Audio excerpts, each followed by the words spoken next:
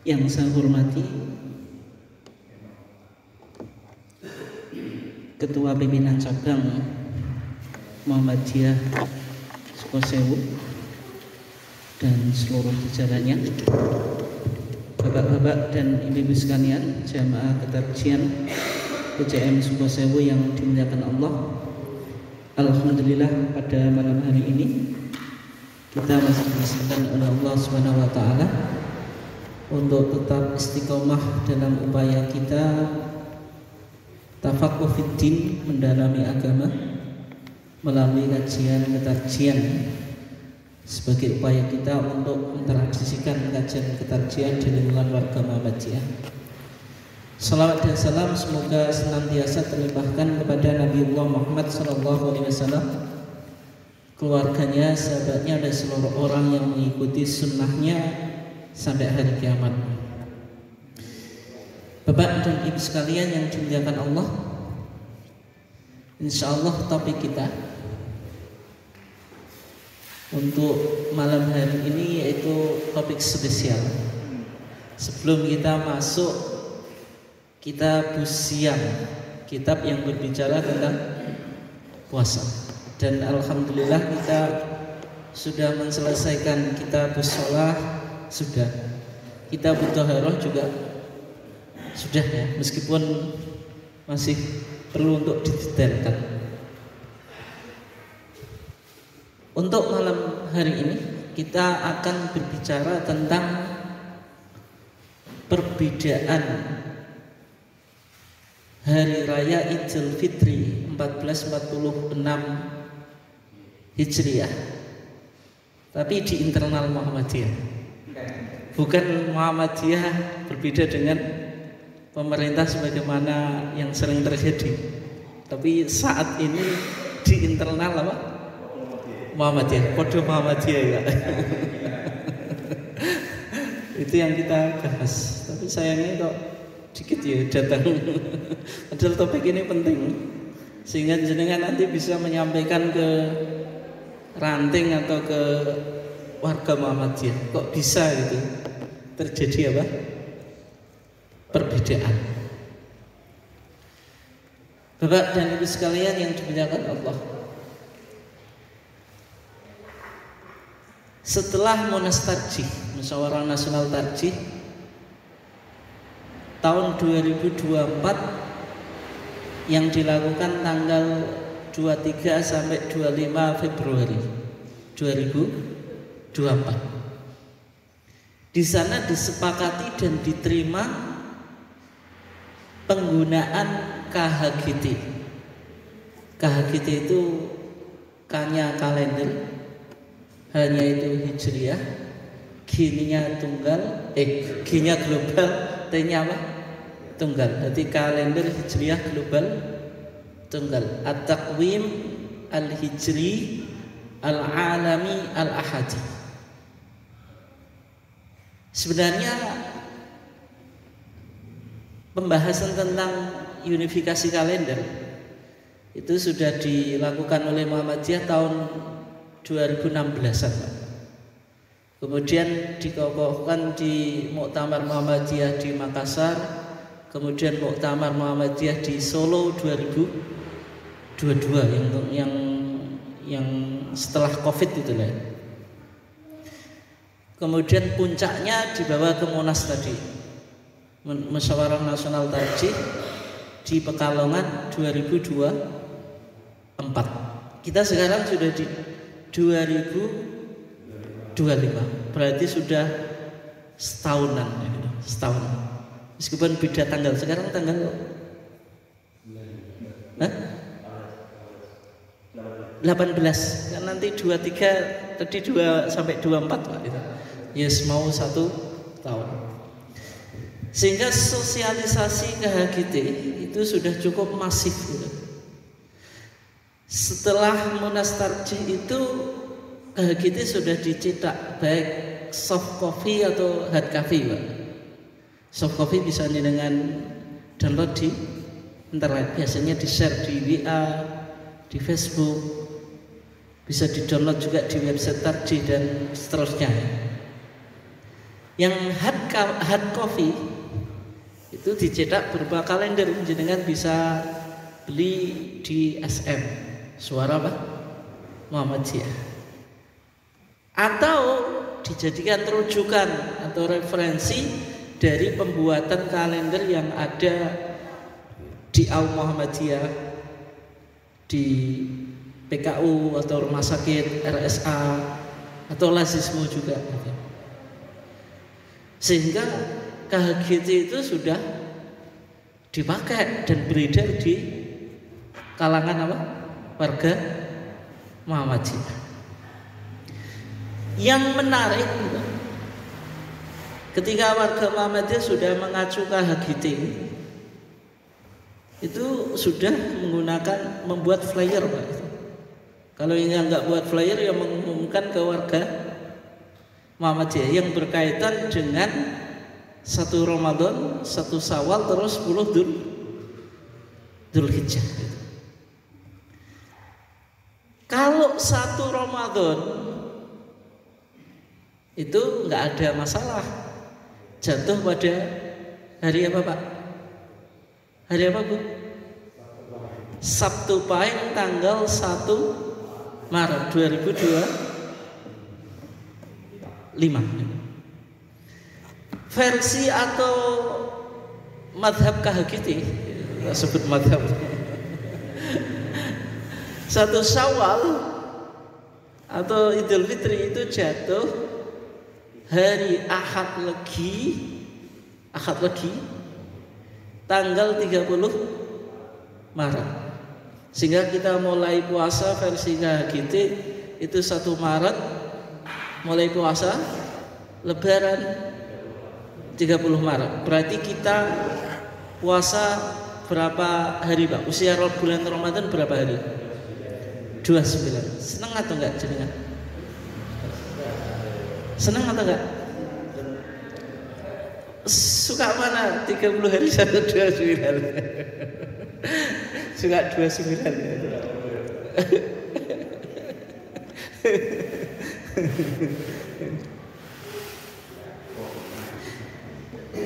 Jadi Ahad Legi itu sudah dibuat flyer, Pak. Mungkin juga sudah di share ke warga gitu. Dan bahkan takmir itu sudah mengumumin ke jamaah gitu. Termasuk di salah satu kajian saya juga saya sudah sampaikan, Pak, itu versi apa? KHGT gitu ya. Tetapi hal ini berubah, Pak, ketika pimpinan pusat Muhammadiyah itu membacakan maklumat yang berkaitan dengan Ramadan, Syawal dan Dzulhijjah 1446 Hijriah. Pimpinan pusat Muhammadiyah melakukan konferensi pers tanggal 12 Februari, harinya kalau nggak salah hari apa, Pak? Rabu. Hasilnya dibacakan maklumat pimpinan pusat apa? Muhammadiyah yang berkaitan dengan penetapan 1 Ramadan, 1 Syawal, 10 Dzulhijjah 1446 Hijriah bertepatan 2025. Jenengan bisa baca di WA atau di download bisa. Yang jadi heboh, Pak. Idul Fitri 1 Syawal itu enggak jadi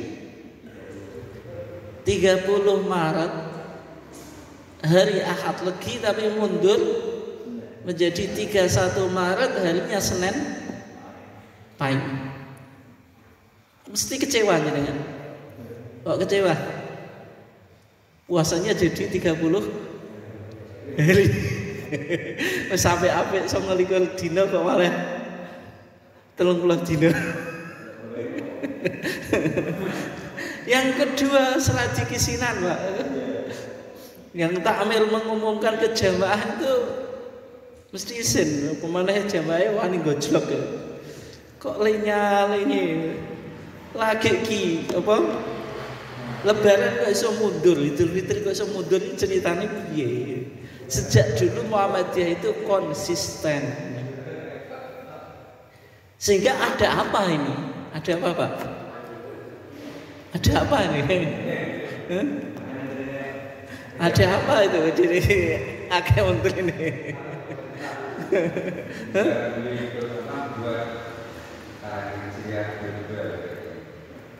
Gimana, Pak? Oh gitu.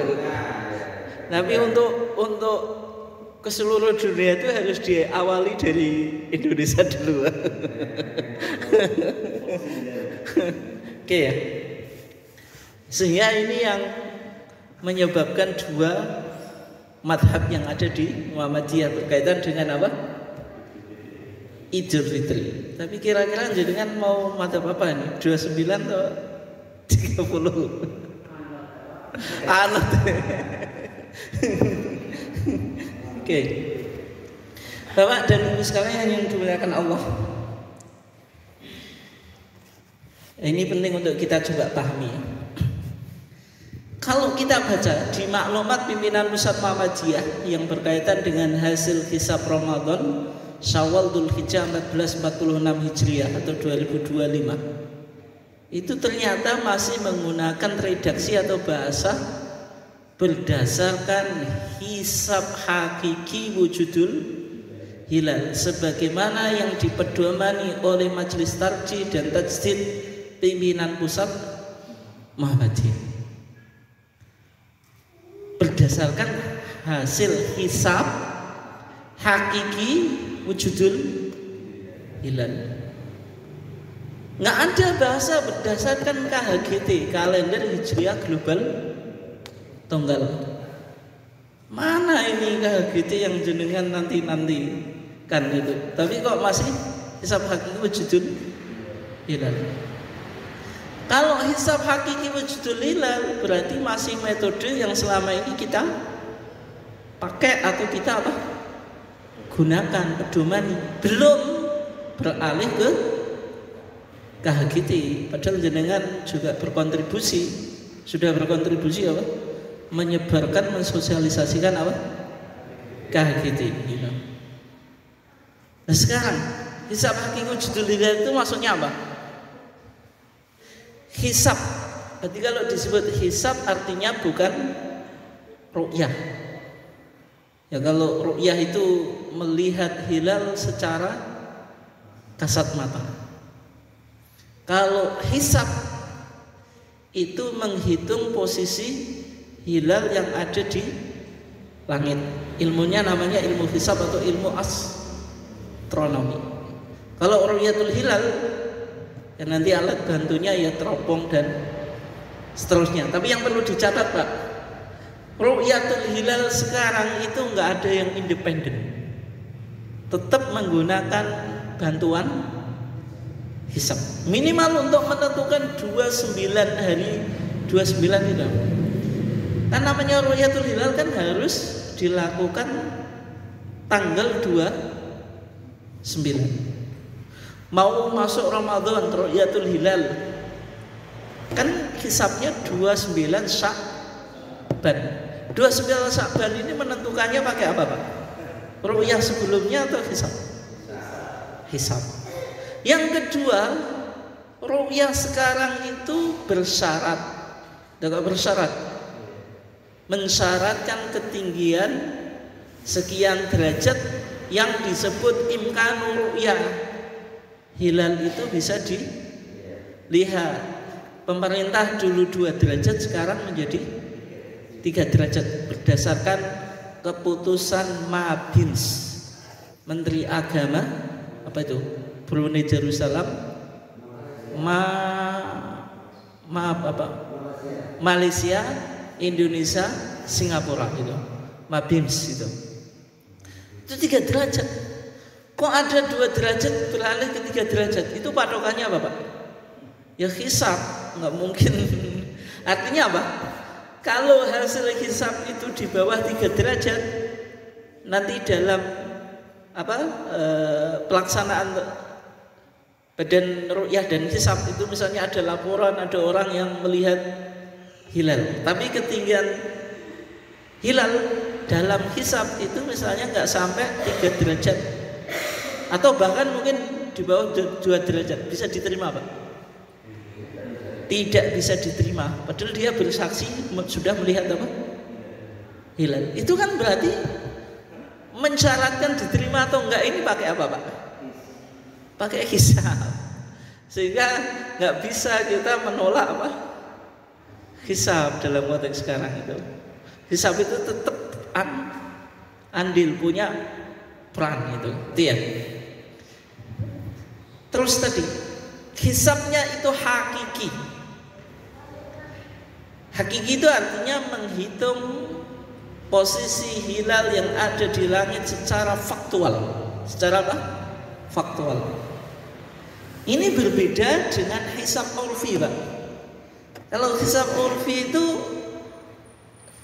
dia tidak berdasarkan hilal, posisi hilal yang ada di langit. Hisab urfi itu contohnya penanggalan keraton Jogja.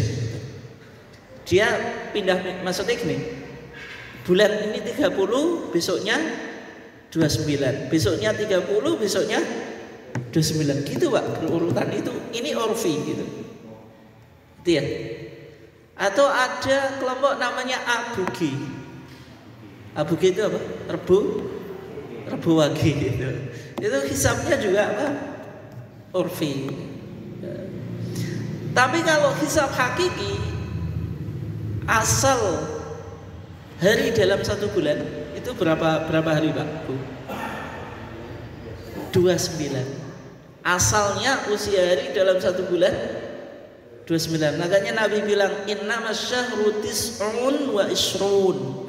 Sesungguhnya bulan itu jumlahnya 29 hari. Kalau hilal nggak bisa, baru Nabi bilang fa in ghumma 'alaikum fa akmilu iddatas sya'ban 30 yauman. Kalau terjadi mendung, hilal nggak bisa kelihatan, suruh melakukan apa? Istiqmal. Istiqmal itu apa? Menggenapkan usia hari dalam 1 bulan, tidak 29 tapi menjadi 30. Itu namanya apa? Istiqmal. Oke ya? Berarti metodenya di maklumat pimpinan Pusat Muhammadiyah itu namanya hisab hakiki. Jelas ya? Kriterianya, nah ini yang penting. Wujudul hilal. Wujudul hilal itu apa?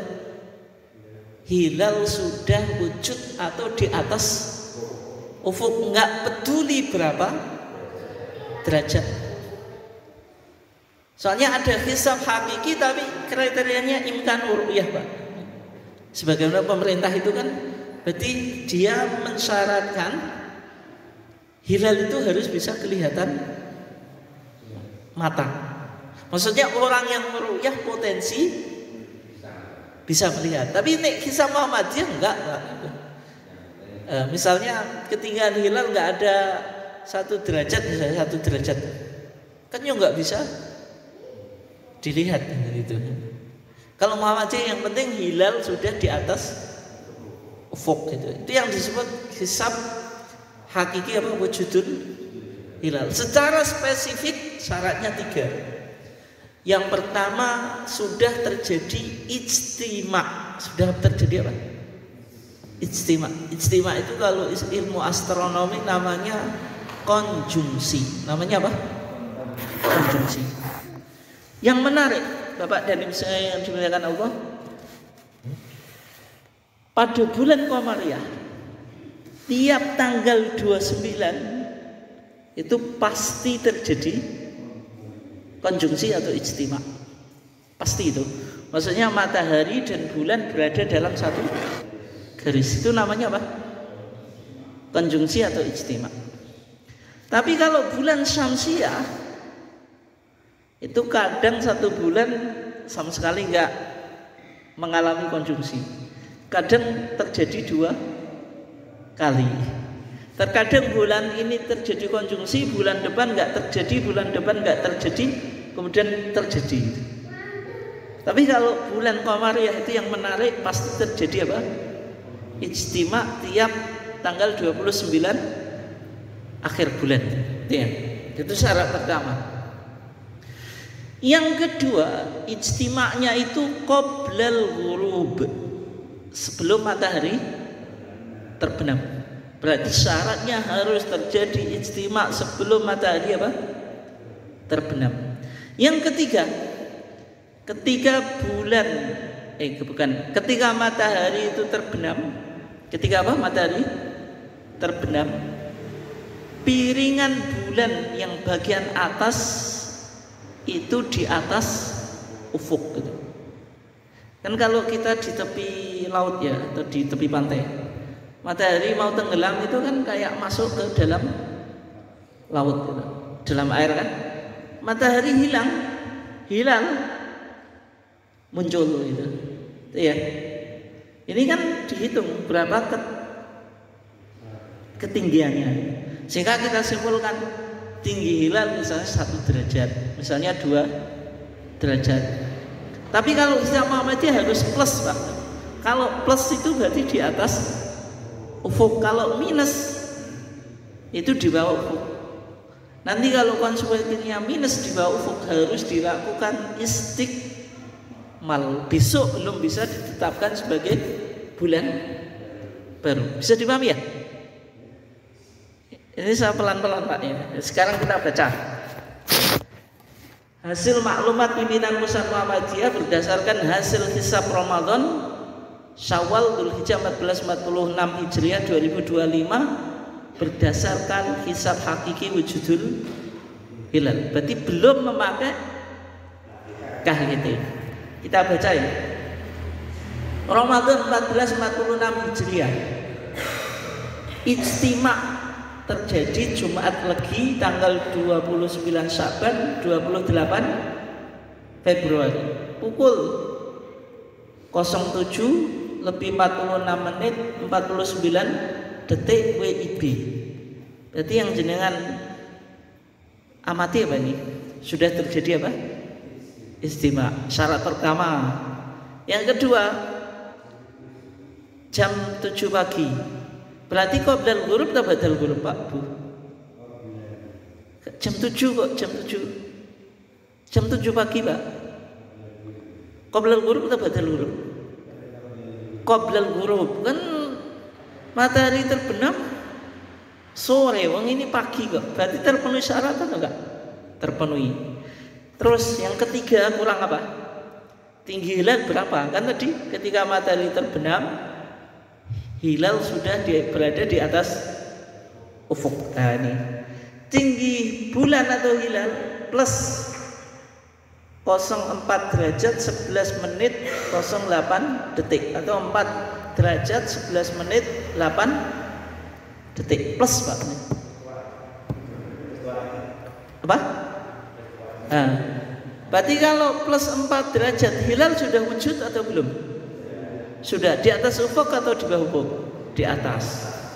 Sehingga Jumat 28 Februari di seluruh Indonesia disimpulkan bulan sudah berada di atas ufuk, artinya hilal sudah wujud. Sehingga 1 Ramadan jatuh Sabtu Pahing 1 Maret 2025 Masehi. Yang menarik Pak Bu, ketinggian hilal itu plus 4 derajat. Kira-kira kita puasa bersamaan atau enggak dengan pemerintah? Enggak bersamaan. Ya karena pemerintah hanya mensyaratkan plus 3 derajat. Nah, ini plus 4 derajat.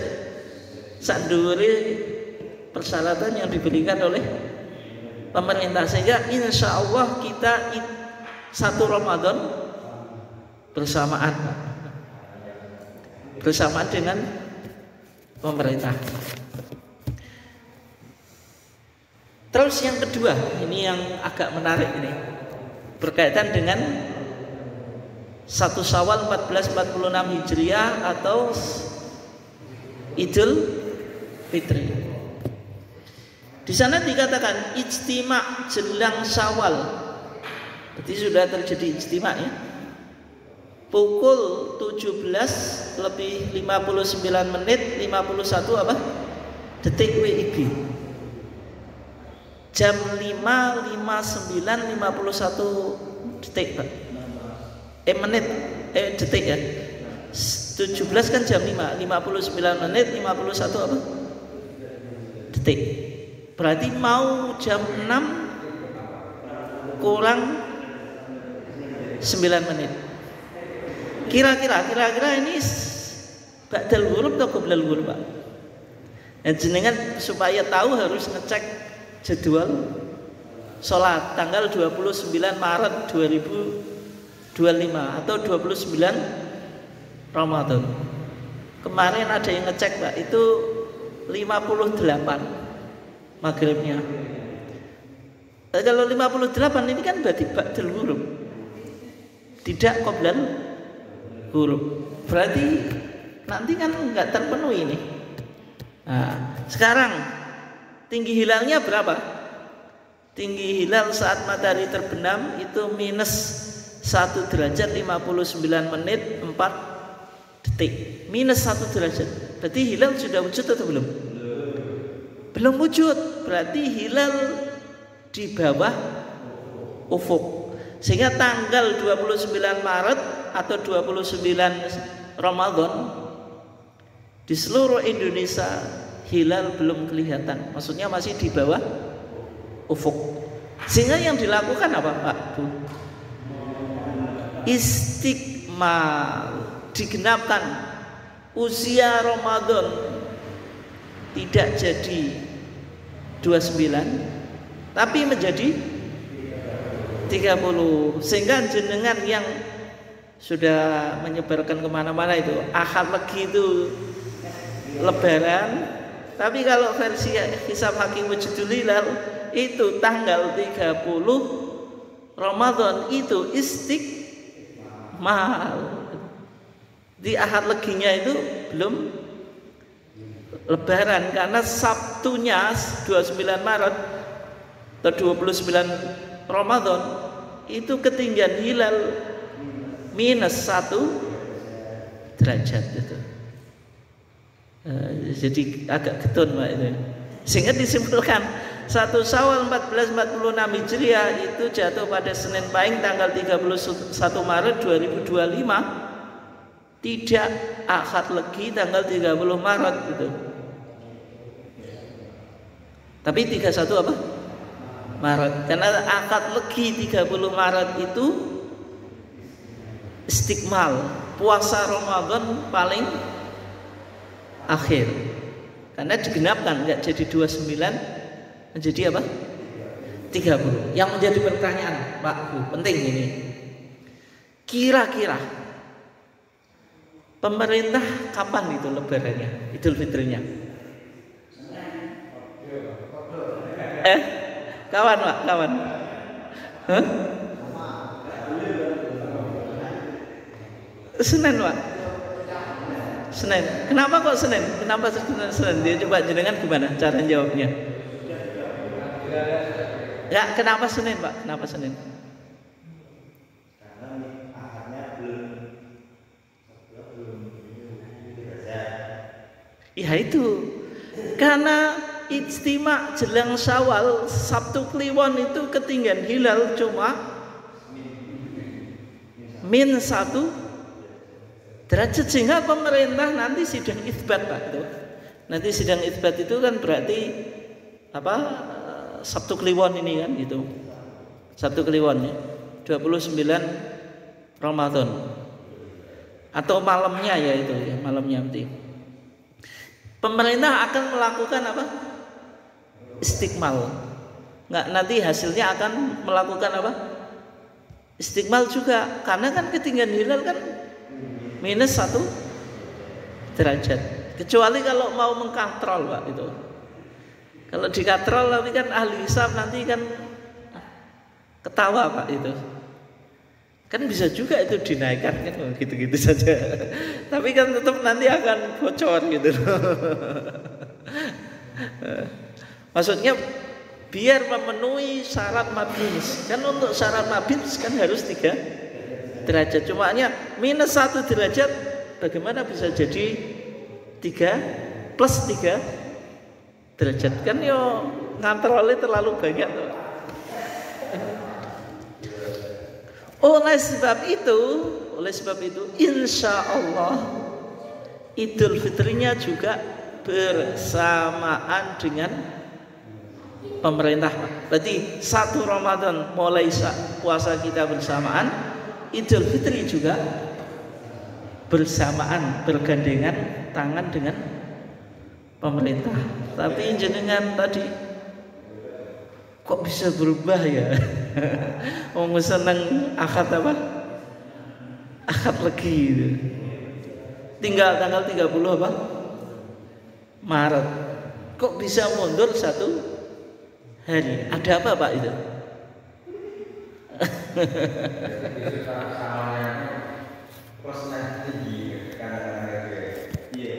Gimana Pak?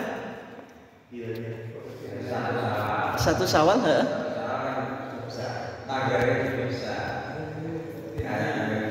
Oh ya. Oh gitu, nanti keliru gitu ya.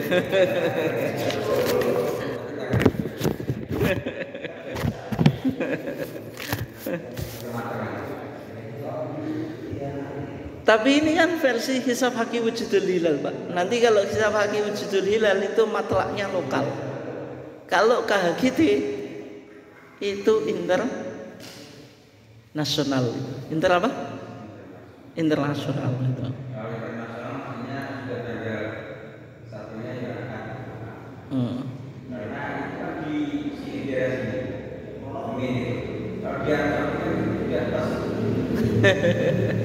Ya itu kalau teori Fathul Mu'in gitu, teori Fathul Mu'in.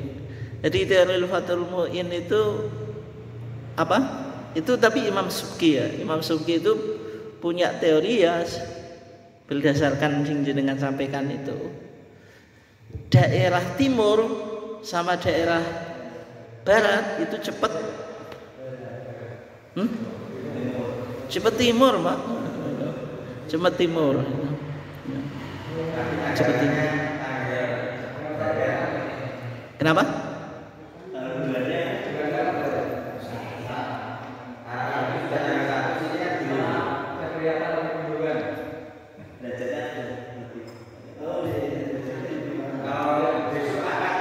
Ya.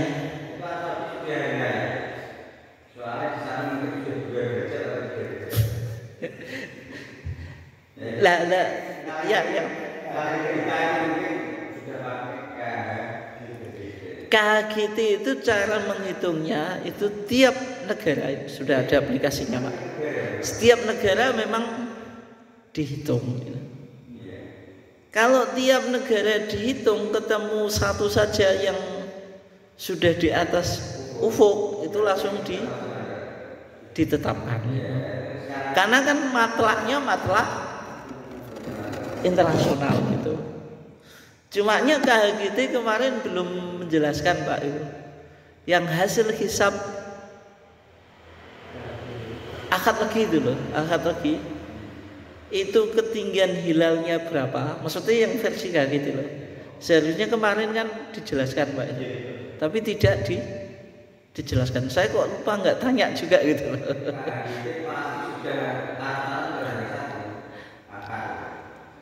Nah kan gini, KHGT memang dalam aplikasinya itu dia mengecek ya. Jadi setiap negara itu dicek dulu. Semua negara itu dicek baru satu per satu. Tapi kalau sudah ketemu nanti, tapi KHGT itu mensyaratkan 5 derajat Pak, gitu. 5 derajat gitu. Tapi kalau misalnya ketemu ada satu saja itu otomatis nanti semuanya ikut itu. Cumanya ketinggiannya 5 derajat. Tapi gini Pak, kita menghitungnya kalau KHGT tidak terbenamnya matahari dan munculnya hilal plus 00 Pak itu. Ya itu. Jadi kalau di dalam KHGT ya sama dengan Masehi, berarti bujurnya 180 derajat Pak itu. Supaya semua negara itu kebagian. Termasuk yang nggak sepakat itu karena selama ini dalam fikih siang dan malam itu kan ditentukan kalau mulai pagi itu dari terbit fajar, malam terbenam apa? Matahari. Tapi di Al-Quran itu tidak eksplisit Pak. Ini argumentasi tarjih ya yang menggunakan KHGT.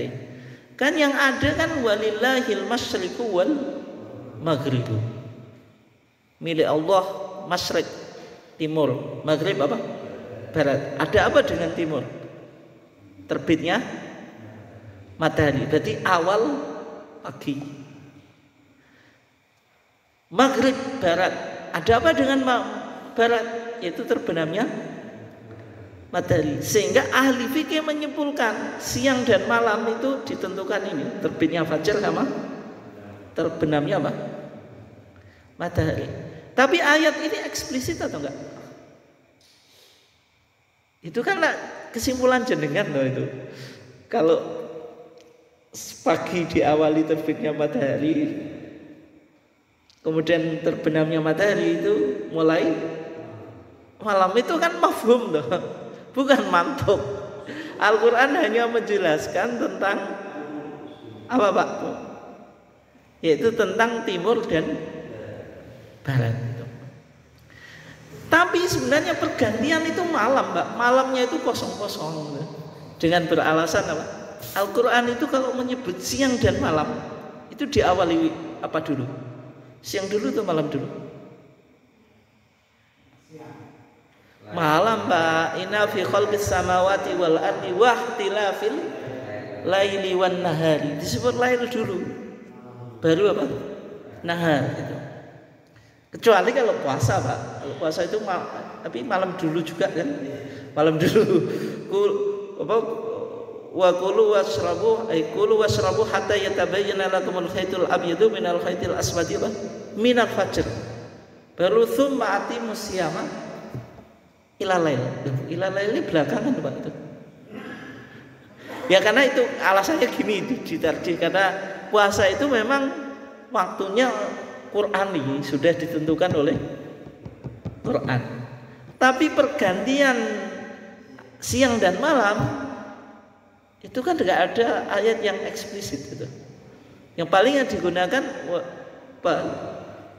walillahil masyriqu wal maghribu, kan cuma itu saja. Tapi ini agak apa Pak? Itu memang agak sedikit, kalau kita terlalu memegang fikih itu belum bisa menerima. Karena selama ini kan namanya fikih itu pasti pergantian siang dan malam itu ditandai dengan apa? Terbenamnya matahari gitu. Cumanya ini penting juga nanti suatu saat kita kaji ya Pak. Jadi Ahad Legi tanggal 30 Maret itu ketinggian hilalnya misalnya 5 derajat ya. Itu di daerah mana kan juga kita belum tahu gitu. Nah nanti kalau misalnya tahun depan Pak itu Muhammadiyah sudah pakai KHGT pasti dijelasin gitu. Ketinggian hilal berapa, ijtima'nya kapan, terjadi di mana. Kalau di sini kan patokannya apa? Jogja gitu. Jogja Pak tuh. Yang mungkin yang paling Muhammadiyah itu pakai KHGT juga. KHGT, daya. Lah tadi kan sudah saya katakan loh, ditetak di mana-mana ya pakai KHGT. Ya memang pakai KHGT. Cumanya ini loh yang maklumat yang tidak pakai KHGT. Kalau kalendernya jelas pakai KHGT gitu. Oke ya, berarti itu intinya. Terus sekarang bagaimana penjelasan Majelis Tarjih dan Tajdid Pimpinan Pusat Muhammadiyah berkaitan dengan Kenapa 1446 Hijriah ini masih pakai hisab hakiki wujudul hilal? Kok belum pakai KHGT? Ya memang kalau kita lihat metode dan kriterianya itu pakai hisab hakiki wujudul hilal atau yang disebut WH ya, 1446 Hijriah ini. Terus bagaimana KHGT? Nasib KHGT? KHGT meskipun sudah disepakati oleh ulama-ulama Muhammadiyah di Munas Pekalongan tahun 2024 tanggal 23 sampai 25 Februari ini sudah disepakati dan juga sosialisasi sudah masif dan juga dijadikan itu acuan pembuatan kalender di Aum Muhammadiyah itu loh. Di Aum Muhammadiyah sing lazismu, PKU atau RSA, RSI di sekolah itu pasti ya mengacunya KHGT. Iya Pak. Ya di RSA punya kalender ya? Punya nggak nyetak kalender atau enggak? Apa Idul Fitrinya jatuh tanggal berapa? Enggak lihat.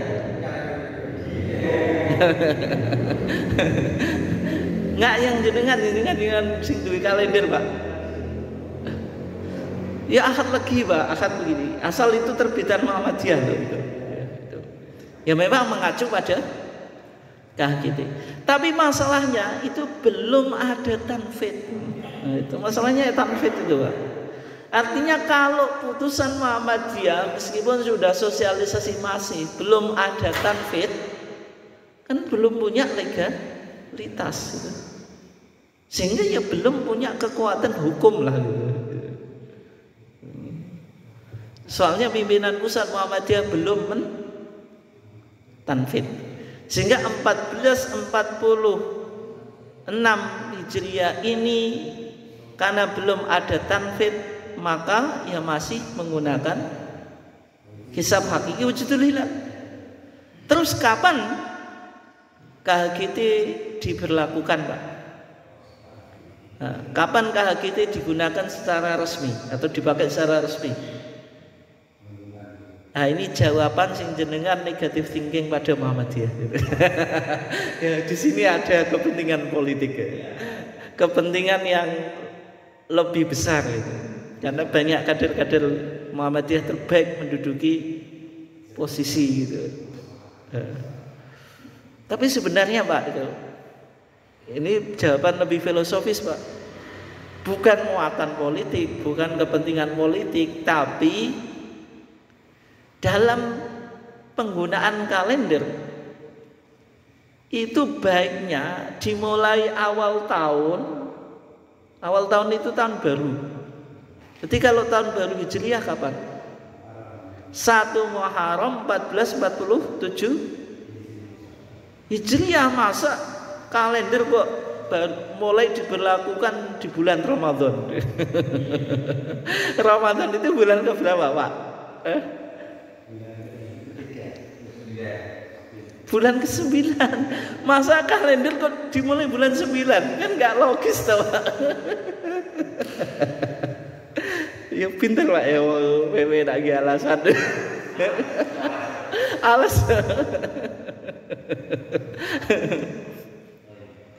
Namanya KHGT itu kan kalender Hijriah tuh. Kalender Hijriah itu yang mulai berlaku tahun baru. Tahun baru berarti 1 Muharram. Masa 1 Ramadan bulan ke-9. Jadi bukan karena pertimbangan politik, dengan kita nantuk itu ya, itu alasannya. Dan sehingga secara resmi KHGT itu baru diberlakukan atau dipakai 1447 Hijriah. Berarti bukan 1446 tahun ini tapi tahun depan. Terus sekarang apa hukum memakai hisab hakiki wujudul hilal dan juga KHGT? Artinya puasa yang kita lakukan itu syar'i atau enggak, itu kriteria bulannya menggunakan hisab hakiki wujudul hilal dan juga atau nanti ke depan kita akan beralih ke hakiki. Tapi sebelumnya Pak Bu, kalau kita lihat perbedaan dan persamaannya apa gitu? Kalau persamaannya keduanya pakai metode hisab hakiki. Berarti WH wujudul hilal itu ya metodenya hisab hakiki. KHGT ya juga hisab hakiki, berarti bukan hisab urfi gitu. Bukan hisab urfi gitu. Kalau wujudul hilal kan yang penting hilal sudah wujud gitu. Tapi kalau KHGT nanti 5 derajat itu.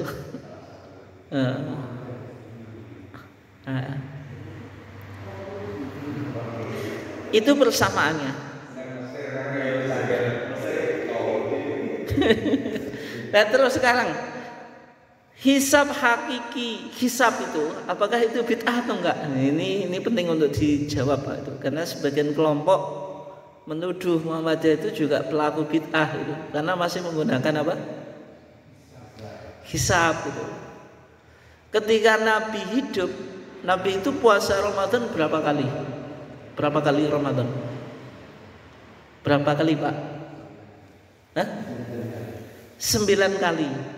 Cara menghitungnya bagaimana? Cara menghitungnya yaitu kita lihat dulu. Semasa Nabi hidup berapa tahun beliau berdakwah? Berapa tahun? 2-3 tahun. Itu dibagi menjadi 2 periode. Fatrah Makkiyah dan Fatrah Madaniyah. Periodisasi Mekah dan Madinah. Di Mekah berapa tahun? 13 tahun. Di Madinah 10 tahun. Sehingga sekarang kita cek puasa itu diwajibkan di Mekah atau di Madinah? Kenapa kok jenengan punya kesimpulan di Madinah? Iya, betul Juliannya juga tidak. Tapi kenapa kok puasa jenengan katakan diwajibkan di Madinah? Ya, itu sudah menjadi kesimpulan. Tapi di antara bukti kalau dia diwajibkan di Madinah itu apa? Ya misalnya itu tuh Pak, ayatnya yang jenengan hafal itu, ya ayyuhalladzina amanu kutiba alaikumusiyam.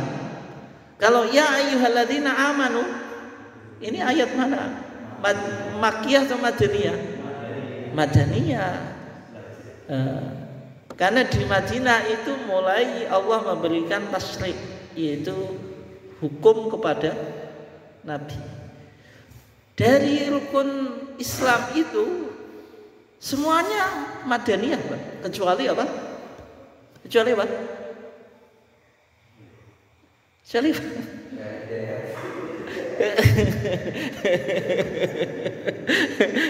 Iya, syahadat itu kan awal masuk.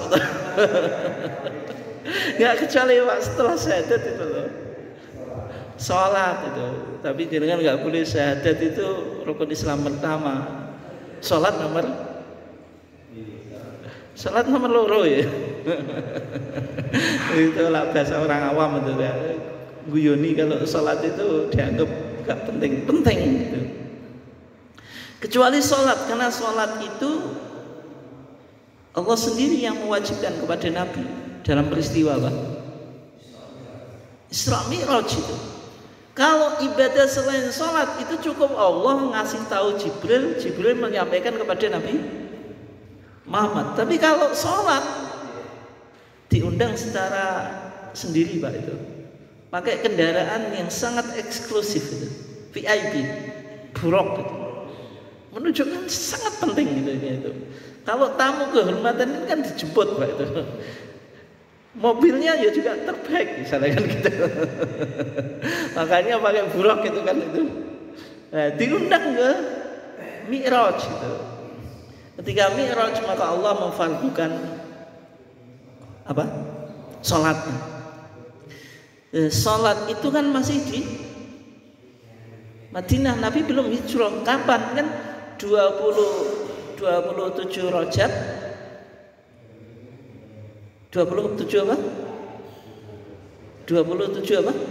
Rajab tahun ke-10 ba'da bi'tsah. Ya 10 kenabian ba'dal bi'tsah itu. Cumanya berapa itu lebih, kalau ini versi Fathul Mu'in Mbak, tapi keterangan kitab tarikh juga berbeda-beda kan. Ada yang mengatakan tidak di bulan Rajab. Ya, lebih 3 bulan. Lebih 3 bulan. Berarti usia Nabi ketika itu 50 tahun lebih 3 bulan.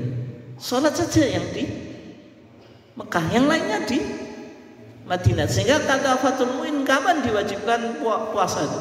Wa furidolan dan berdoa ke apa poso, maksudnya poso Ramadan. Fi Sya'ban, ing dalam bulan Sya'ban. Fi sana athaniya, ing dalam tahun sing kaping pindho minal hijrah, saking tahun hijrah. Oleh sebab itu cara menghitungnya bagaimana? Ketika Nabi di Mekah 10 tahun, kalau 2 hijrah kan berarti 10 kurangi 1, Pak. Kan 2-nya kan sudah puasa. Berarti tahun pertama saja yang belum puasa. Berarti hasilnya 9 kali Nabi melakukan puasa semasa hidupnya. Dari 9 kali Nabi melakukan puasa ini 6 kali, Pak. Berarti 6 kali 29 3 kali. Enggak, itu jenengan dari mana itu? Kalau di kitab-kitab fikih Syafi'iyah, Pak, apa? 8 kali ganjil, 1 kali genap. Berarti 8 kali Nabi melakukan puasa 29 hari. Makanya jenengan senang mau ikut KHGT kan itu. Cuma 29. Karena 29 itu puasa yang sering dilakukan oleh Nabi. Cumanya pahalanya besar mana itu ya kira-kira? Besar mana, Pak? Waduh, gede deh. Kalau puasanya jelas sama, Pak, tuh. Nggak ada bedanya antara puasa 29 dengan 30. Cumanya pahalanya itu. Kalau pahalanya banyak 30, Pak, tapi puasanya sama. Artinya kita puasa 29 atau 30 itu ya dihitung satu bulan.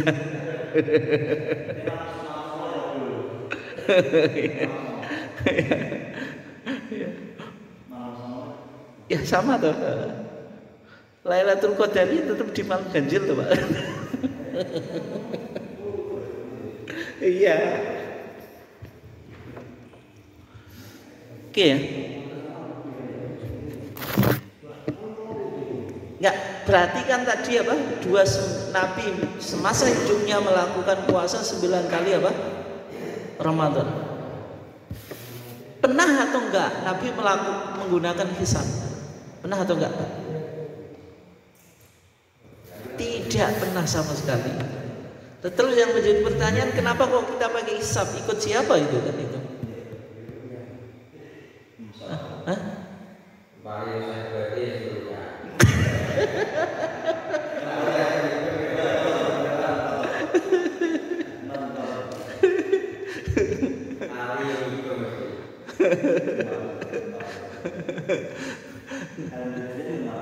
Belum ada keterangan, Pak, karena ilmu astronomi itu kan dari Yunani itu, yang dulu mengembangkan astronomi itu kan gitu. Nah, sehingga Nabi itu tidak pernah memerintahkan sahabat untuk menghitung gitu. Nabi bilang apa? Sumu li ru'yati wa aftiru li ru'yati. Tapi Nabi memberikan ta'lil. Ta'lil itu apa? Alasan. Alasannya apa? Nahnu ummatun ummiyatun la naktubu wa la nahsubu. Kita umat yang ummi, la naktubu, enggak bisa menulis, wa la nahsubu, enggak bisa apa? Menghitung. Jadi praktiknya Nabi tidak. Sunnah fi'liyahnya tidak.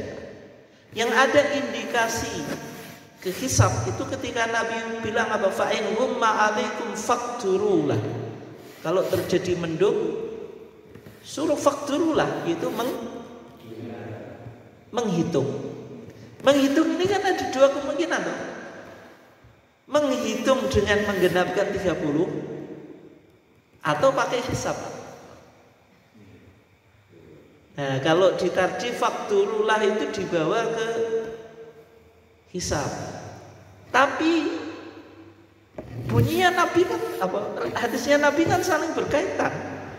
Kalau kita pakai tekstual Pak, itu tetap menang fakturulah itu artinya ya istiqmal, bukan menggunakan hisab. Tapi kalau di HP kita yang jenengan punya, kenapa kok kita pakai hisab?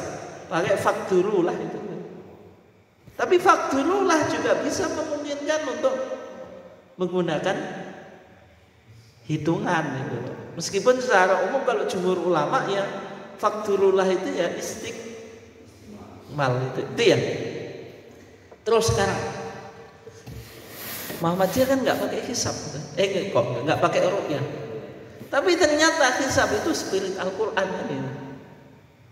Itu huwallazi ja'ala syamsa diya'a wal qamara nura wa qaddarahu manazila li ta'lamu adada sinina wal hisab. Nah kan Al-Quran menekankan spirit hisab. Ini nek majelis tadi memahami ayat ini Pak. Ayat ini itu kan jumlah khobariyah, kalimat berita atau informatif atau informasi ya. Tapi maknanya itu insya'iyah atau jumlah insya'iyah, itu maknanya imperatif atau perintah. Artinya kalau Al-Quran mengatakan bulan itu punya manazil atau mangzilah-mangzilah, bisa dihitung. Berarti umat Islam harus menghitung mangzilah apa? Bulan. Dan dijelaskan li ta'lamu supaya kamu tahu ada sinin bilangan tahun wal hisab dan perhitungan. Kalau kita tolak hisab berarti ayat ini apa gunanya kan? Sehingga kita nggak bisa dibid'ahkan Pak. Terus sekarang kata ro'ah ini penting ya, masih setengah jam semuanya tenang. Keraber-ber. Kata ro'ah Pak. Ro'a ya ru'yatan artinya apa? Melihat. Apakah selalu melihat dengan kasat mata atau ru'yah bil fi'il? Bil fi'il itu maksudnya dengan perbuatan, yaitu mata. Atau bisa memiliki makna yang lain. Misalnya ru'yah bil ilm, ru'yah dengan ilmu pengetahuan. Bisa atau enggak? Bisa. Contohnya apa? Dari Al-Quran dulu. Surat yang jenengan hafal, surah Al-Fil. Surat apa? Al-Fil. Al-Fil itu apa? Al-Fil itu artinya apa? Gajah. Saya jenengan tak takoi Pak. Al-Quran ini historis atau ahistoris? Maksudnya historis itu sesuai fakta sejarah Pak. Atau mau ngarang dok? Hah? Jadi jenengan saya tanya, di Timur Tengah itu ada gajah Pak? Ada gajah?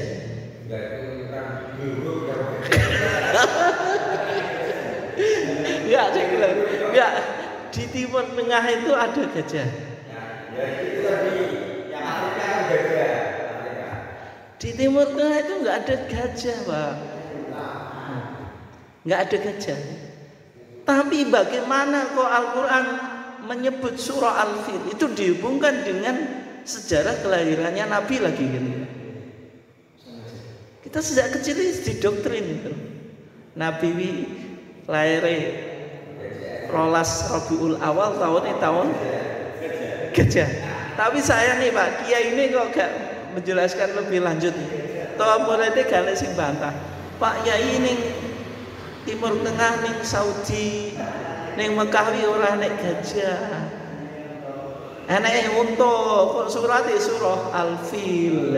Itu gimana itu?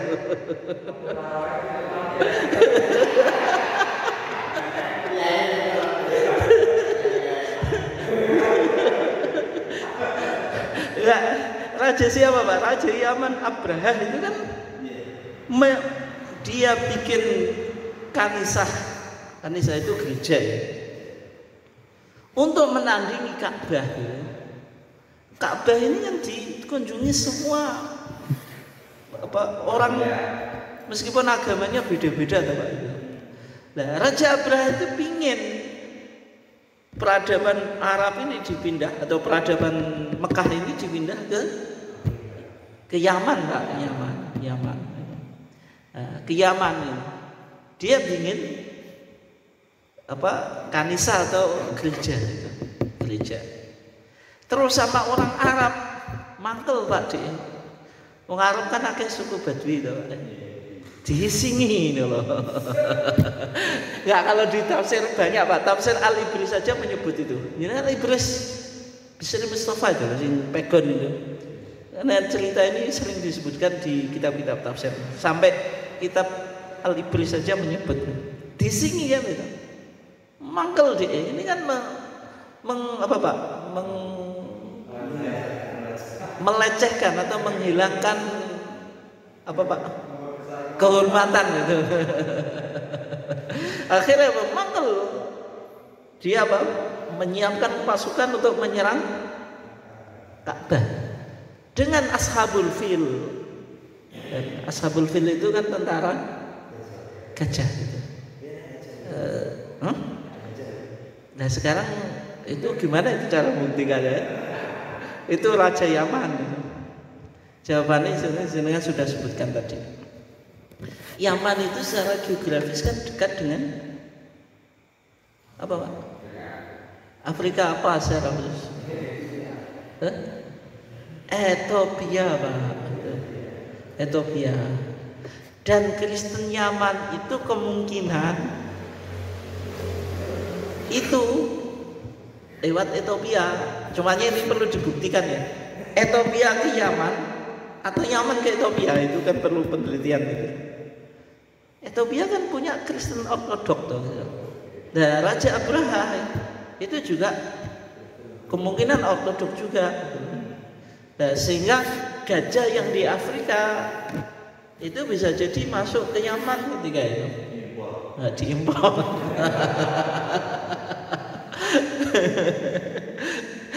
Nggak, maksudnya untuk kita bisa menjawab itu. Kenapa kok Al-Quran bicara surah Al-Fil? Selama ini kan kita nggak pernah berpikir Pak. Dikira Saudi enek gajah enek, tapi ini kebun binatang gitu loh. Beda dengan misalnya di Thailand itu kan gajah banyak, di Afrika juga iya gitu loh. Enek sing jawab ngene Pak, jadi biyen Yaman Mekawi gajah akeh tapi pindah ning Afrika. Atau punah. Nah, di ayat Al-Fil itu kan diawali alam taro kaifa fa'ala rabbuka bi ashabil fil. Alam taro, apakah kamu tidak melihat? Melihat itu kan bahasa terjemahan bahasa Indonesia Pak. Anak yang memahami mengetahui. Tapi alam taro itu kan ro'a yaro ru'yatan. Kita maksudnya kalau melihat sejarah Ashabul Fil itu, melihatnya dengan kasat mata atau dengan termasuk tadi Pak, kita membahas waktu itu gajahnya kemungkinan dari Ethiopia. Itu kan pendekatan sejarah Pak. Atau melihat dengan kasat mata. Kan ya nggak mungkin dong kita tidak saksi hidup kok dalam peristiwa itu. Sehingga alam taro itu bicara ru'yah bil ilm. Itu ru'yah dengan ilmu pengetahuan. Termasuk apa yang tadi kita bahas itu, kita mencoba membuktikan cerita Al-Quran itu tidak ahistoris, memang sesuai dengan fakta sejarah. Bagi yang ahli arkeologi akan melakukan penelitian untuk membuktikan, misalnya ketemu apa Pak, fosil gajah. Kan itu kan maksudnya dengan ilmu pengetahuan. Kemudian yang kedua, jamin tenanan tuh gak ya?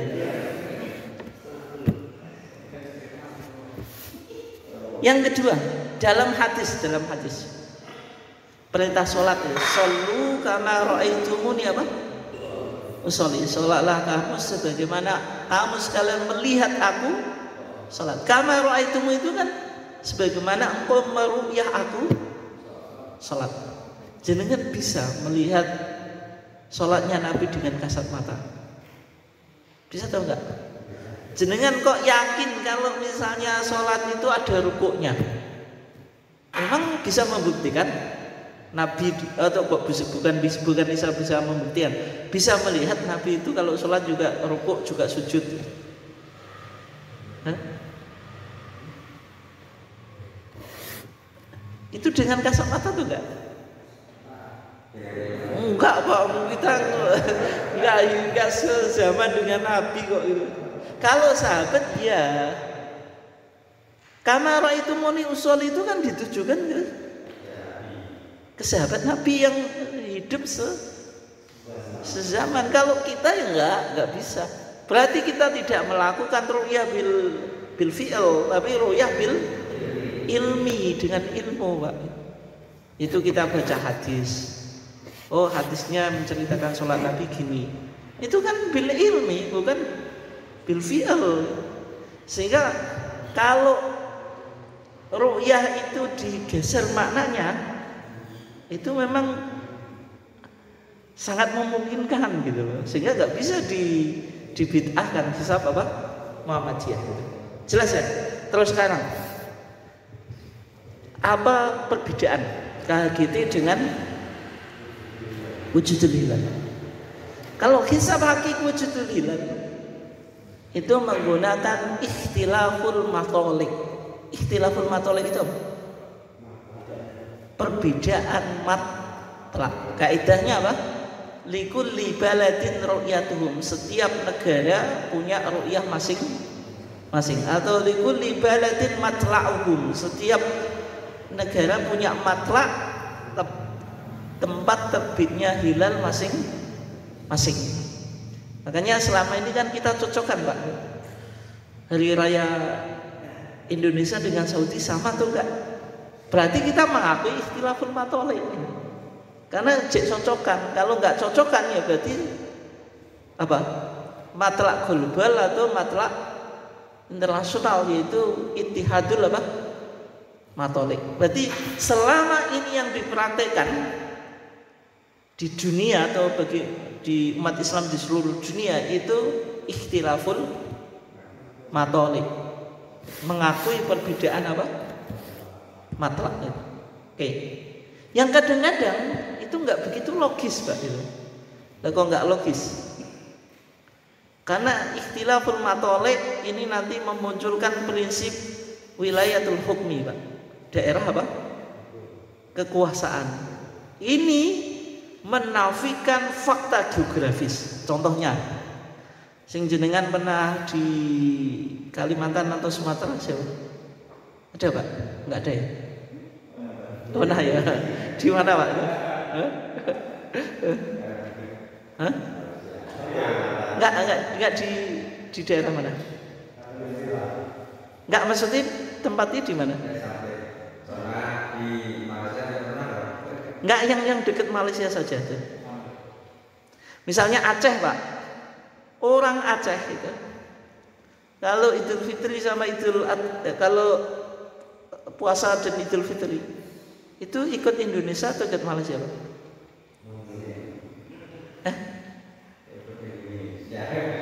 Ikut mana Pak? Ikut Indonesia. Tapi secara geografis dekat mana? Dekat mana Pak?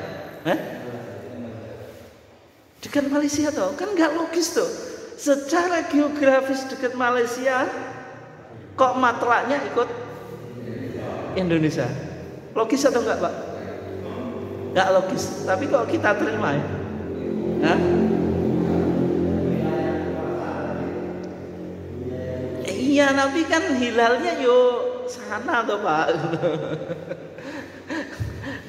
Enggak, kita sekarang antara kekuasaan dengan fakta geografis itu lebih dekat mana Pak? Ya lihat perspektifnya dulu. Nah, makanya tadi loh saya katakan apa? Ikhtilaful matoli memunculkan wilayatul hukmi. Wilayatul hukmi itu menafikan apa Pak? Fakta geografis didasarkan pada daerah apa? Kekuasaan. Gitu. Karena pakai kaidah itu Pak, hadis Nabi, as-saumu yauma yasumun nasu, puasa itu hari orang-orang puasa. Wal fitru yauma yuftiru nasu. Lebaran itu, Idul Fitri itu ya ketika orang-orang berlebaran. Bagi bangsa Aceh, orang Aceh, yang disebut orang-orang itu tetangga Malaysia atau Indonesia Pak? Nah itulah itu. Meskipun geografisnya apa? Dekat dengan Malaysia. Bisa dipahami ya? Dalilnya apa? Hadis Quraib.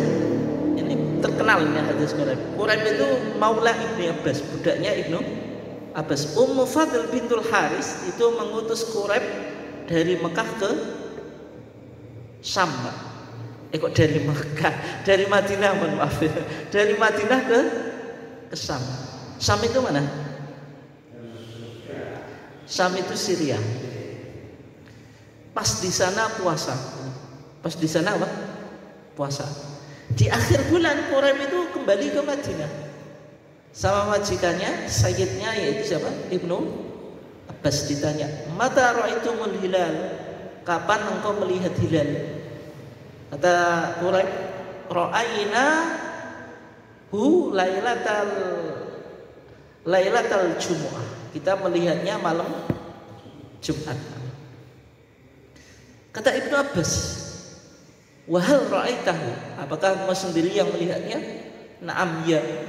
Wasama nasu wasama Muawiyah. Orang-orang pada puasa, Muawiyah yang ketika itu menjadi pemimpin juga puasa. Kata Ibnu Abbas, bal ra'ainahu lailatas sabti wala nazalu nasumu hatta nukmila 30. Tapi kita di Madinah baru melihat hilal itu malam Sabtu, kita masih puasa sampai kita genapkan 30. Berarti apa? Istiqmal. Kesimpulannya kan Madinah puasanya 30, Syam 29. Kata Ibnu Abbas, wong sudah tahu Syam itu lebaran kok masih puasa. Kata siapa? Quraib bilang, afala taktafi apa? Afala taktafi bi ru'yati Muawiyah wa siyamihi. Kenapa engkau enggak mencukupkan ru'yahnya Muawiyah dan puasanya? Kenapa enggak ngikuti Syam saja? Kenapa harus istiqmal? Nah, kata Ibnu Abbas, la hakadha amarona Rasulullah sallallahu alaihi wasallam. Tidak, karena beginilah Rasulullah memerintahkan. Berarti kan di sini bisa kita simpulkan, Madinah punya ru'yah sendiri, Syam punya ru'yah sendiri. Ini namanya ikhtilaful matolek, gitu ya. Tapi kalau misalnya Madinah, kemudian Mekah, Jeddah, itu nanti disebut ittihadul matolek. Matlaknya sama, karena apa? Dekat. Ya. Berarti punya dalil kalau selama ini kita pakai apa? Ikhtilaful matolek. Itu yang ada dalam kisah Fakih Wujudul Hilal. Terus sekarang, kalender hijrah global itu matlaknya tidak lokal atau nasional, tapi global atau internasional. Sehingga kalau KGT ini diterima di Indonesia dulu, terus di masyarakat, di umat Islam di dunia, Pak, jenengan masih nggak perlu cocokan. Berarti kalau kita puasa otomatis negara yang lain puasa, Lebaran juga gitu. Dan kalau jemaah haji wukuf 9 Arafah, pasti umat Islam yang lainnya juga puasa Arafah. Kan yang sekarang kan kita lucu, Pak. Antara wukuf dengan puasa Arafah kok enggak bareng kan itu. Problemnya tadi kita belum punya kalender yang diakui. Matlaknya apa sih? Matlak lokal atau ikhtilaful matolek, tidak ittihadul matolek atau wahdatul matolek. Matlak apa? Global atau internasional.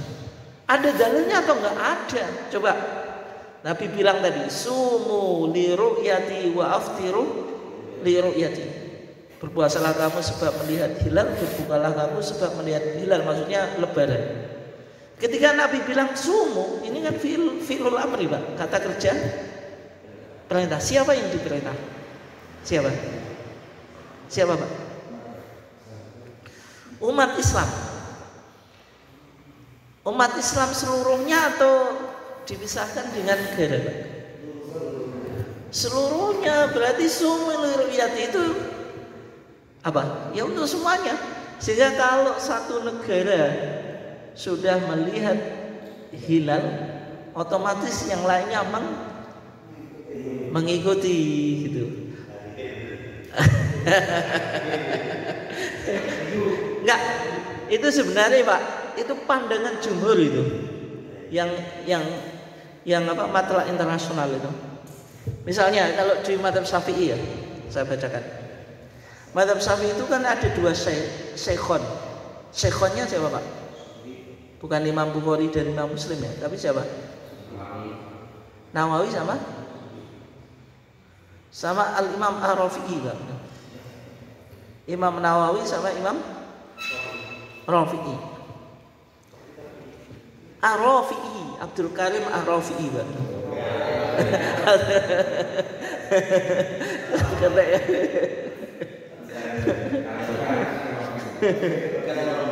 Coba ya, ini di Alfiyah Jubat ya. Yajibu shaumu Ramadhana bi ahad. Puasa Ramadan itu wajib dengan salah satu amroini bistikmali Sya'banil adad. Dengan salah satu dari 2 perkara. Yang pertama apa?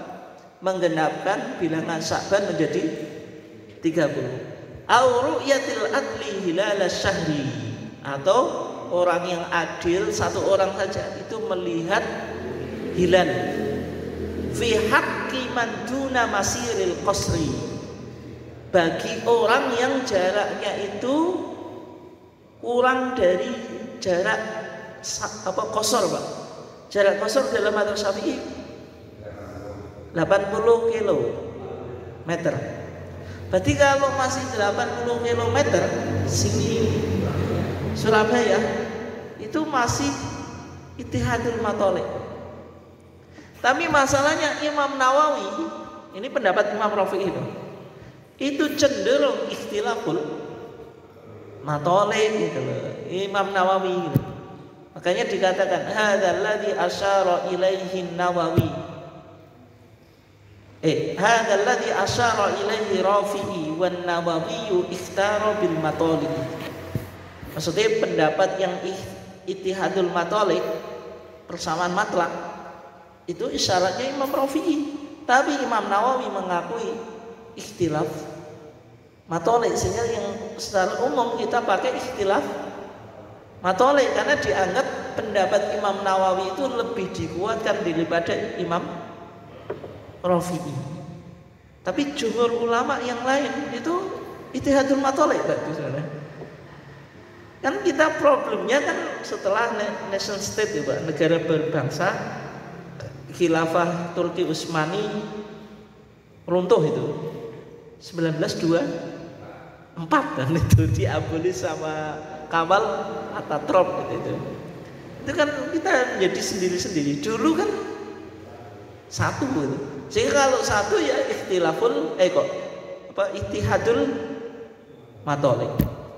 Sehingga KHGT itu juga landasannya syar'i juga. Oke. Masih 15 menit. Sebelum saya tutup Pak ini. Berarti kesimpulannya ya. Kesimpulannya. Untuk tahun ini 1446 Hijriah masih berlaku hisab hakiki wujudul hilal. Belum berlaku KHGT, kalender Hijrah global tunggal. Itu baru awal tahun 1 Muharram 1447 tahun depan. Padahal jenengan wis masif ya mensosialisasi kalender itu.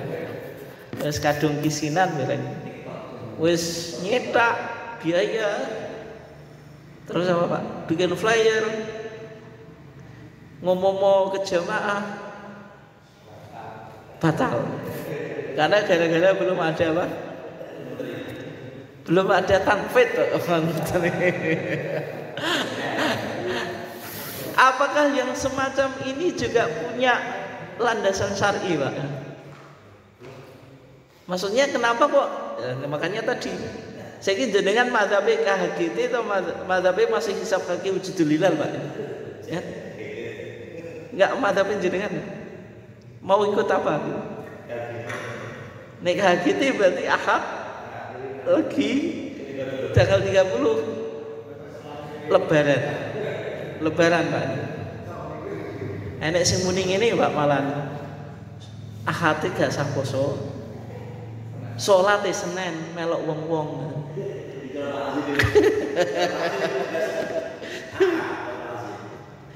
Boleh atau enggak Pak itu?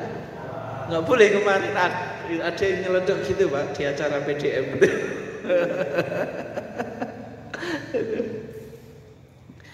Berarti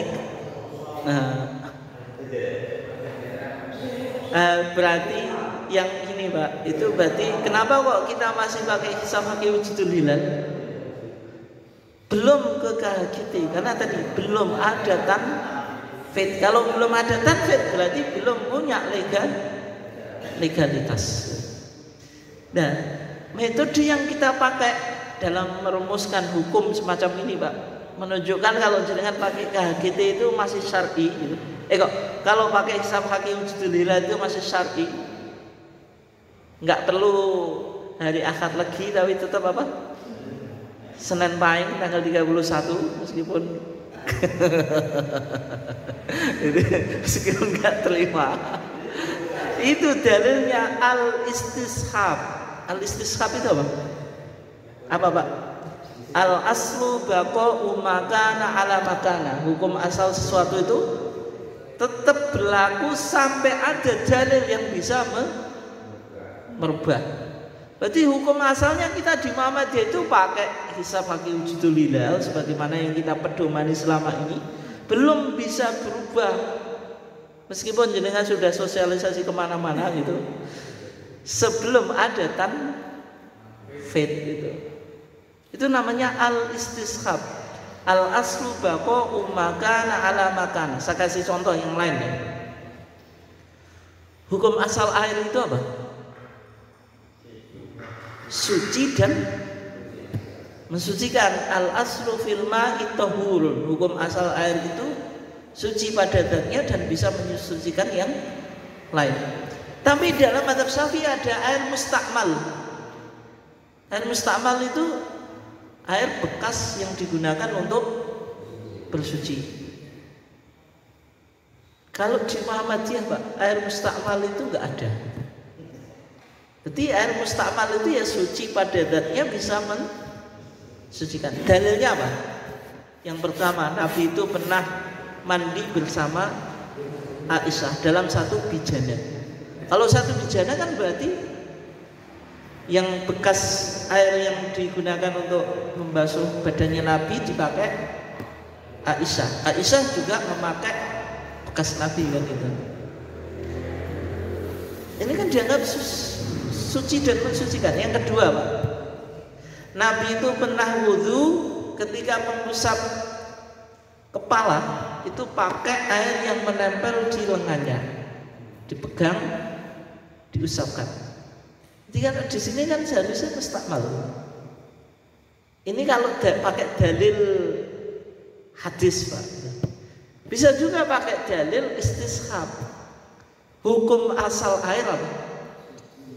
Suci pada zatnya dan mensucikan. Kalau dalil nggak ada dalil yang menggeser, ya berarti tetap berlaku hukum asal.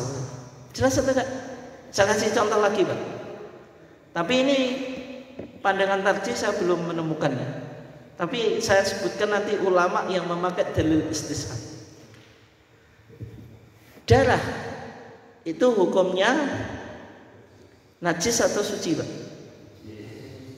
Najis. Darah apa itu? Darah haid.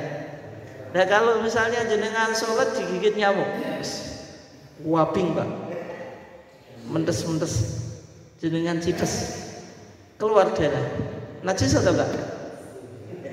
Najis atau enggak? Nah tadi katanya darah najis. Darah mengalir, berarti ketemu 3 macam darah ya. Darah haid najis, nyamuk enggak najis. Berarti yang darah yang mengalir najis atau enggak? Najis atau enggak? Berarti kan ada 3 toh ya. Nah, kita bahas satu persatu. Darah haid itu ulama semuanya sepakat apa? Najis. Dalilnya apa? Hadis Khawlah binti Yasar. Khawlah binti Yasar. Pernah kita baca kayaknya di kemarin itu. Khawlah itu wanita yang haid. Bajunya itu hanya satu. Baju yang ia pakai dia haid lagi gitu. Dia konsultasi kepada Rasulullah, ya Rasulullah, laisa li illa thawbun wahidun. Saya enggak punya pakaian kecuali satu saja. Wa akhidu fihi. Saya haid lagi gitu. Ini Khawlah binti Yasar. Nih baju ini istrinya jenengan satu atau berapa lemari, Pak? Lemari ya gitu. Membeli kan tiap minggu atau tiap bulan atau tiap tahun, Pak? Tiap hari ya. Khawlah itu satu itu bajunya. Sehingga Rasulullah ngasih solusi. Gimana solusinya? Fa idza tahurti faghsili anki mawdi'ad dam. Kalau engkau suci, bajumu yang kena darah itu cuci. Tapi masalahnya apa? Bajunya satu gitu. Padahal untuk menghilangkan najis kan harus hilang 3 karakteristik atau 3 sifat ya, apa? Bau, rasa, warna. Yang menjadi masalah warna itu. Gitu. Nek baju kena darah haid itu kan pasti masih delmok. Meskipun bau sama rasa hilang. Sehingga Rasulullah bilang yakfikil ma'u wa la yadhurki atharhu. Cukup engkau cuci enggak mengapa. Masih ada apa? Bekas delemoknya. Sehingga dari sini disimpulkan darah haid itu hukumnya najis. Sekarang kalau darah nyamuk, Pak, dengan sholat copot jengklong mentes gitu, abing dengan tebrek, Pak, keluar darahnya, batal atau enggak? Kenapa, Pak? Kok enggak? Tadi lo mentes abang dan tes kurang ajar, batal atau enggak sholatnya?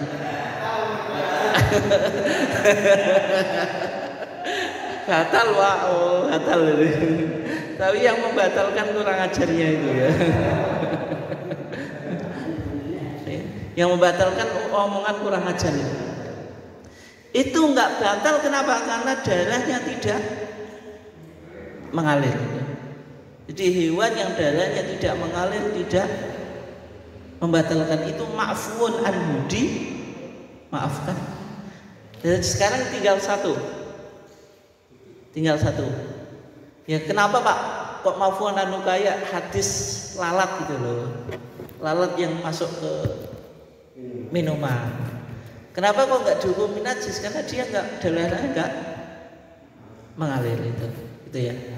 Terus tinggal satu. Al-Quran bilang audaman masfuhan aw lahma khinzirin fa innahu ridsun. Atau darah yang mengalir. aulah khinzir atau daging babi, fa innahu ridsun, maka ia najis. Ridsun najis itu kembali kemana?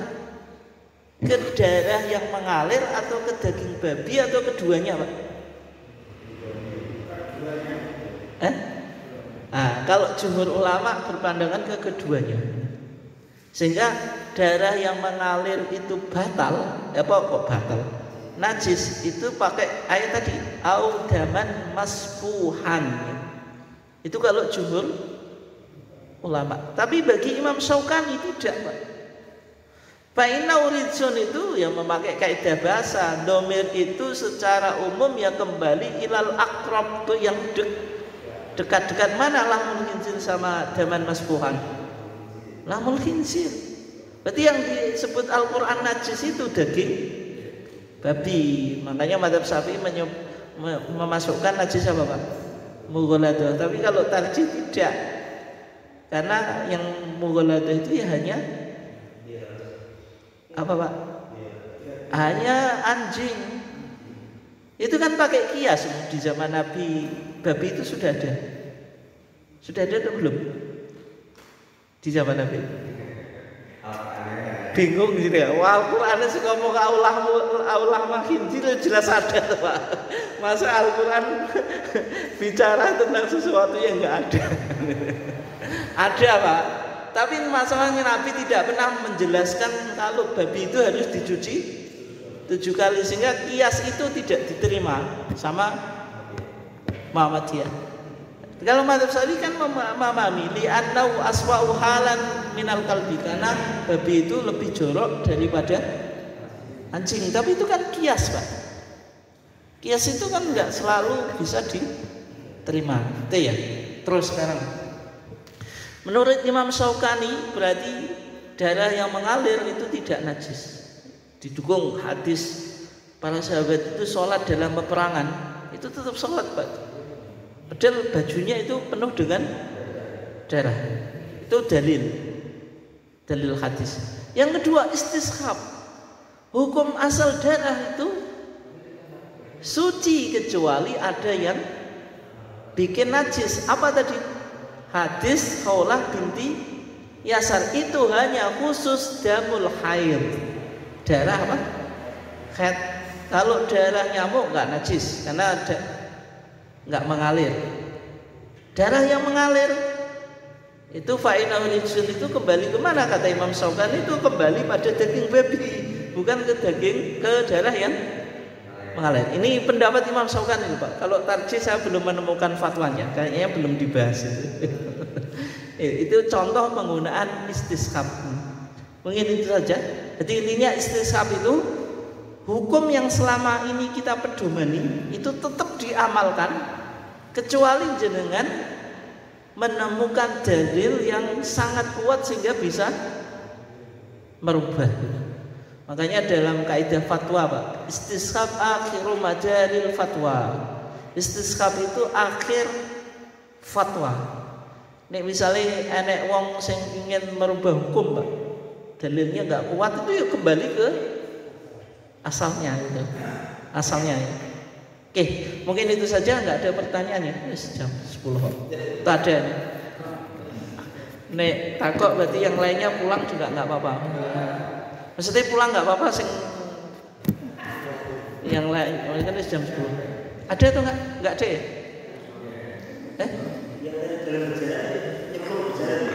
Iya, masuk ke dalam bejana. Ya. Loh sekarang ada itu loh, Pak. Apa tuh? Top apa namanya? Betop apa? Bedroom enggak ada, Pak. Betop top apa? Apa? Betap itu lah ya. Itu kan bisa juga, Pak, nyemplung ini. Atau mungkin di kolam tapi kolamnya enggak ada. Ini kolam lebih 2 kolam.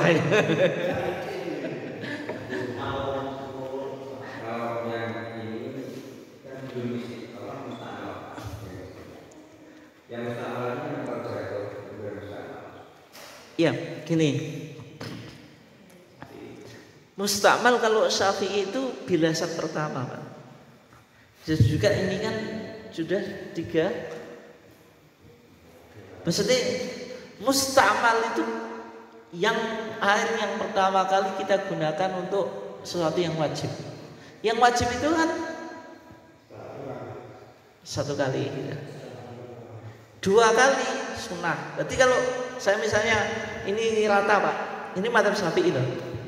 Saya cuci tangan saya rata, yang kemudian saya wadai, saya pakai, ini mustakmal. Tapi kalau 2 kali, Pak, 2 kali ya, saya cuci yang kedua, saya tadai, mustakmal atau enggak? Tidak. Yang kedua sunnah kok gitu.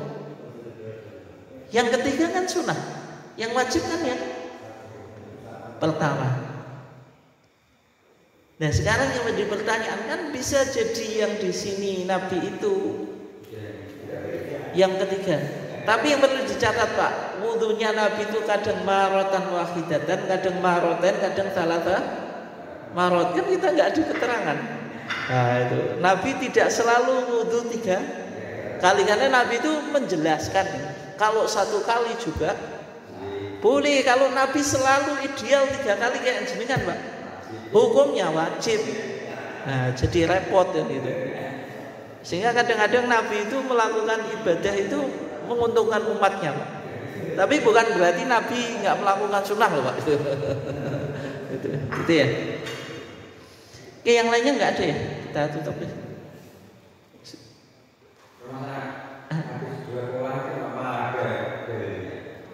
Ada, Pak. Idza kana al-ma'u qullataini lam yahmilil khabath. Kalau air itu 2 qolah, dia tidak mengandung apa? Najis. Tapi di fikih sunnah, Pak, di Bulughul Maram ada. Syekh Nasruddin Albani mensahihkan, Pak, itu. Nah, tapi di Bulughul Maram, fikih sunnah, mohon maaf, itu ngutip pendapat Imam Syaukani di Nailul Awtar. Hadis itu mutharib matnan wa sanadan. Mutharib itu apa? Goncang secara matan dan sanadnya, sehingga nggak bisa dipakai. Fikih sunnah semacam itu. Itu ngutip Nailul Awtar Imam Syaukani. Apa mungkin itu karena di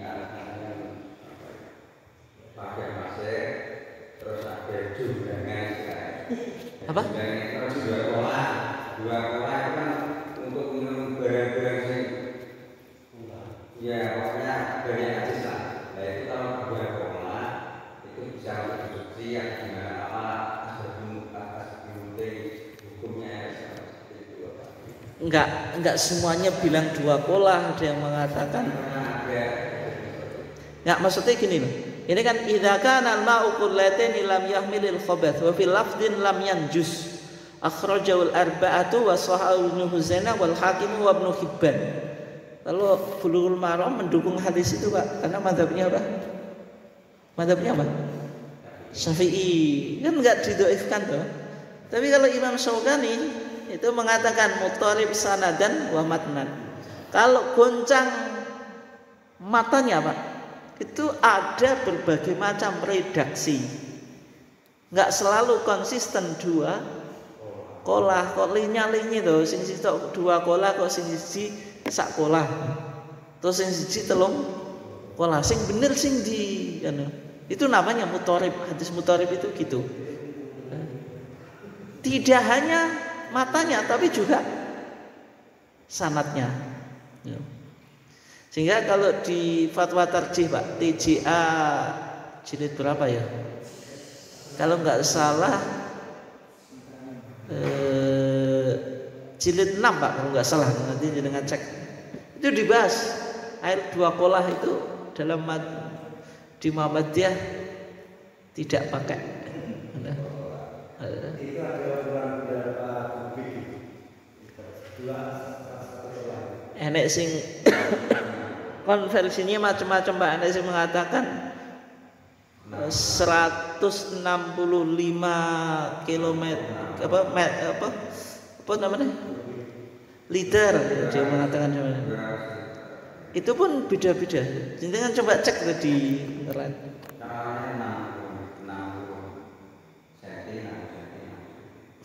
Itu pun ada beberapa varian pandangan itu untuk konversinya. Itu pribadi saya. Itu mungkin karena air itu umum di luar. Kalau air pribadi milik kita, misalnya jadi pribadi, mungkin ini aja kan sudah kita tahu itu suci. Nah itu bisa untuk menurut saya di kok dia kapan bisa. Ya, tapi kalau di luar,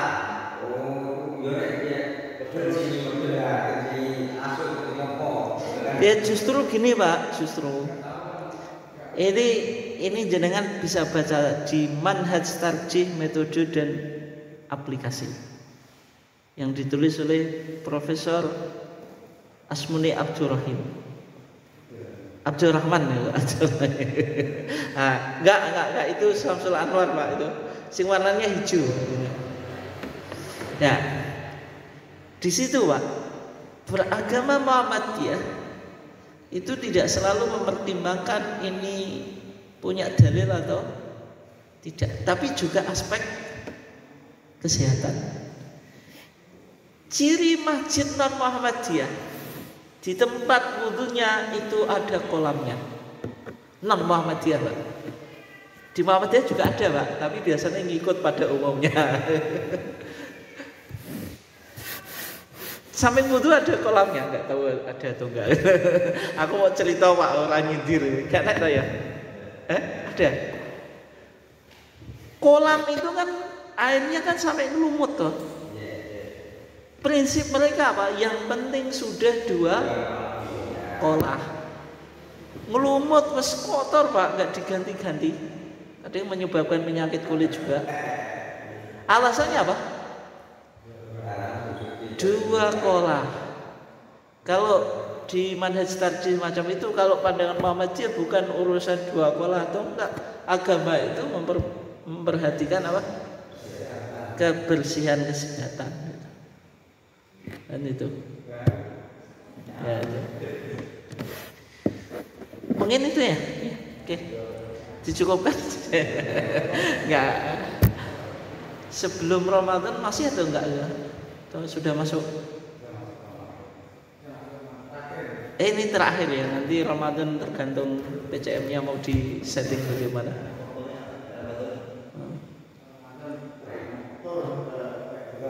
Oh gitu. Kenapa?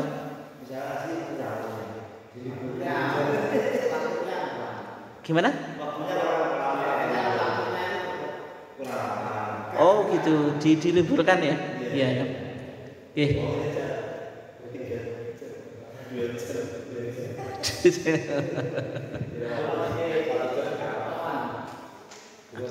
Nek bisa buka bersama, kalau nggak memungkinkan ya nggak apa-apa libur.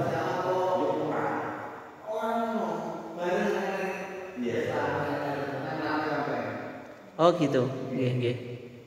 Nanti tergantung apa? Tergantung jamaah ya.